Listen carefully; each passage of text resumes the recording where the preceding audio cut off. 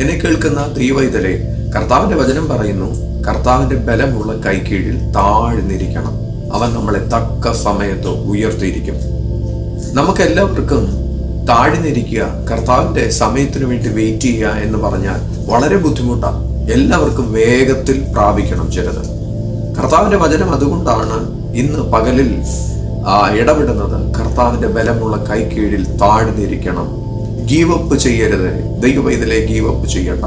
നിങ്ങൾ അത്ഭുതം കാണുവാൻ പോവുകയാണ്. നിങ്ങളുടെ വെയിറ്റിംഗ് പീരീഡ് വൃഥാവല്ല. സ്വർഗത്തിലെ ദൈവത്തിന്റെ നീതി വെളിപ്പെടുന്നത് നിങ്ങളുടെ നഗ്ന നേത്രങ്ങൾ കാണുവാൻ പോകുന്നു. അവൻ നമ്മളെ തക്ക സമയത്ത് ഉയർത്തുന്ന ദൈവമാണ്. കർത്താവിന്റെ ബലമുള്ള കൈക്കീഴിൽ താഴ്ന്നിരുന്നാട്ടെ. പിശാചിനോട് എതിർത്ത് നിന്നാട്ടെ. കർത്താവിന്റെ വചനത്തിന്, കർത്താവിന്റെ സാന്നിധ്യത്തിന് കീഴ്പ്പെട്ടിരുന്നാട്ടെ. പിശാചിനോട് എതിർത്ത് നിന്നാട്ടെ. അവൻ നിങ്ങളെ വിട്ട് ഓടിപ്പോകും. പക്ഷെ ആർക്കാണ് കീഴടങ്ങിയിരിക്കേണ്ടത്? ദൈവത്തിന്. പിശാചിനല്ല, ദൈവത്തിന് കീഴടങ്ങിയിരുന്നാട്ടെ. അവൻ നമ്മളെ തക്ക സമയത്ത് ഉയർത്തുക തന്നെ ചെയ്യും. ആമേൻ. നിങ്ങൾ ഒരു അത്ഭുത സാക്ഷ്യമായി ഇന്ന് ഈ പകലിൽ പുറത്തു വരുവാൻ പോകുന്നു. വിശ്വസിക്കുന്നവർ ആമേൻ പറഞ്ഞ് ഏറ്റെടുത്താട്ടെ. അതുകൊണ്ട് ദൈവവൈതലേ, നിങ്ങൾ ഗീവ് അപ്പ് ചെയ്യണ്ട.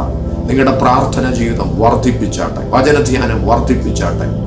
ആരാധന വർദ്ധിപ്പിച്ചാട്ടെ. നിങ്ങൾക്ക് ഈ വെയിറ്റിംഗ് പീരീഡ് എങ്ങനെയാണ് ദൈവസന്നിധിയിൽ ചെലവഴിക്കേണ്ടത്? നിങ്ങൾ ഈ വെയിറ്റിംഗ് പീരീഡ് എന്ന് കാണുന്നത് എങ്ങനെയാകുന്നു ദൈവസന്നിധിയിൽ ചെലവഴിക്കേണ്ടത്? നിങ്ങളുടെ വെയിറ്റിംഗ് പീരീഡ് ചെലവഴിക്കേണ്ടത് വചനധ്യാനത്തിൽ, പ്രാർത്ഥനയിൽ, ദൈവ സാന്നിധ്യം അനുഭവിക്കുന്നതിൽ, ആരാധനയിൽ അത്രയും നിങ്ങളുടെ വെയിറ്റിംഗ് പീരീഡ് ചെലവഴിക്കേണ്ടത്. അത് അനുഗ്രഹത്തിന് കാരണമായി മാറും.